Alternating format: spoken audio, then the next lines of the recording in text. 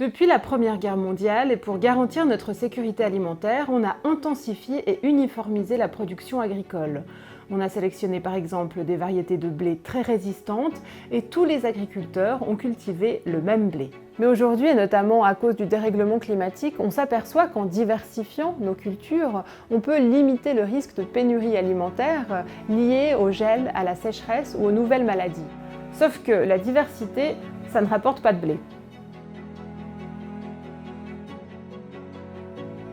La Suisse ne produit qu'une grosse moitié de ce qu'elle consomme en nourriture, car elle ne peut faire plus en raison de la petite taille de son territoire.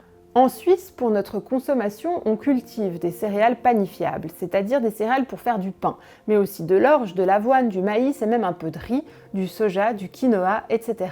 Mais on importe aussi une grande partie de ces céréales, soit parce que le climat n'est pas adapté, soit parce que ça coûte moins cher de produire à l'étranger. Aujourd'hui, on nous dit qu'il faut diversifier. Mais moi, j'avais diversifié, on avait construit une ferme en 88 sur le lait. Et puis, dès qu'on avait fini de construire, c'est-à-dire dans les années 90, 95, ils ont commencé à baisser le prix du lait. Et puis j'ai dit, bon, je vais faire des carottes, je vais faire des oignons, je vais faire des pommes de terre, je vais faire des fraises. On a diversifié à mort. Et puis, il faut dire qu'est-ce qu'on a fait, quoi. On a tellement diversifié qu'il y avait tellement de boulot. Et puis, les prix étaient tellement sur la baisse, même dans les légumes et tout. On est tellement petit, on a des frais tellement énormes que par rapport à la Pologne ou par rapport plus loin au Brésil ou bien comme ça, que pour finir, quand on est payé le personnel, payé tout le monde, on gagnait moins que si on faisait rien du tout. Alors on a arrêté tout. Puis maintenant, j'ai plus que des vaches et puis je fais du lait. Et c'est tout. Quand on parle de diversifier l'agriculture, on peut le faire à différents niveaux. On peut le faire au niveau des groupes d'aliments qu'on produit, comme les céréales, les légumes, les oléagineux par exemple. On peut le faire au niveau de la méthode avec laquelle on cultive ces aliments, bio, traditionnels, sans pesticides. Et on peut aussi le faire au niveau des variétés. On voit sur ce graphique qu'en 1988, une seule variété, la variété Harina, se retrouve dans près de 75% des champs de blé en Suisse. En 1996, à elle seule, 4 variétés de blé, Tamaro, Runal, Galaxy, Harina, occupent presque tout le marché. Aujourd'hui, il y a plus d'une vingtaine de variétés différentes de blé dans les grandes cultures. Mais elles se ressemblent puisqu'elles ont été sélectionnées avant tout pour leur qualité, leur résistance et leur rendement. Ici, on est chez les Zollinger, une famille originaire de Turgovie qui s'est installée aux Évouettes, en Valais, et qui s'est donné comme mission de préserver la diversité de nos cultures anciennes. C'est ce qui était traditionnellement cultivé dans les potagers en Suisse, donc avant qu'il y ait les supermarchés et tout ça. Donc c'est des variétés qui sont particulières au niveau du goût, donc elles ont beaucoup de goût. Un paysan, il ne trouverait pas forcément les variétés qu'il a besoin chez nous. Lui, il cultive des grandes surfaces et du coup, lui, il veut des variétés qui ont un grand rendement et qui soient homogènes au niveau de la récolte. Donc le but pour des salades, de nouveau, c'est que les salades elles soient prêtes plus ou moins le même jour pour que la récolte soit facilitée.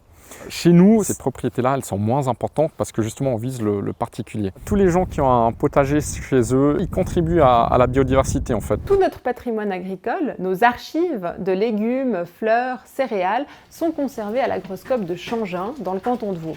On conserve ça pour retrouver des gènes dans le futur, des gènes de résistance. On a déjà eu des exemples au Japon où ils ont cherché des variétés qui avaient une résistance contre la pourriture de neige. Et puis, on a trouvé une variété du Val-Muster qui présentait cette résistance. Puis on a pu envoyer ça au Japon, puis qu'ils ont pu l'utiliser dans la sélection. En Suisse, seules 2 entités, l'agroscope de Changin et Peter Kunz, pour les semences biodynamiques, sélectionnent les semences qui seront utilisées par la grande majorité des agriculteurs. Quelques rares agriculteurs multiplient leurs propres semences pour cultiver des blés anciens. C'est le cas de Stéphane Détard dans le canton de Vaud. Les céréales actuelles, elles ont à peu près un siècle de sélection et pas forcément toujours dans l'objectif de la qualité nutritive, plutôt de la rentabilité. Et du coup, revenir avec des céréales anciennes, on vient peut-être vers une autre chaîne de mise en valeur où on cherche aussi une qualité nutritive en tout cas qui pose moins de problèmes de gluten par exemple par rapport au blé moderne.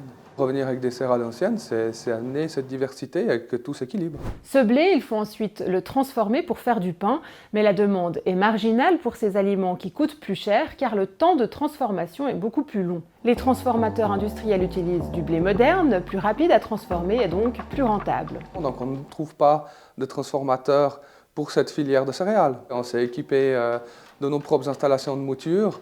Et l'autre chose, c'est que cultiver des céréales anciennes avec un rendement plus faible et les vendre au prix des céréales modernes pour l'industrie, c'est sûr que c'est impossible à rentabiliser. Il faut la vente directe. Il faut ou travailler avec des boulangers artisans qui sont prêts à mettre ce prix-là pour la farine. J'ai parlé avec le directeur de Swiss Granum qui coordonne la production et la transformation des céréales en Suisse. Il dit que la filière des céréales est justement en train de réfléchir à quelles cultures seront cultivées à l'avenir en Suisse.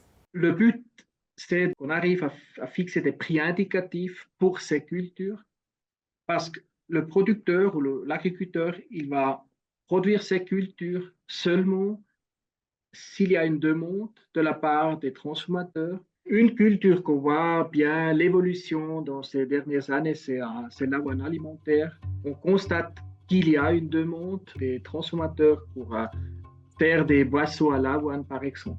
Cette évolution vers plus de diversité ne représente qu'une niche par rapport à l'ensemble de la production alimentaire en Suisse, qui reste orientée vers son objectif initial, produire suffisamment sur un territoire limité pour nourrir la population à un prix concurrentiel.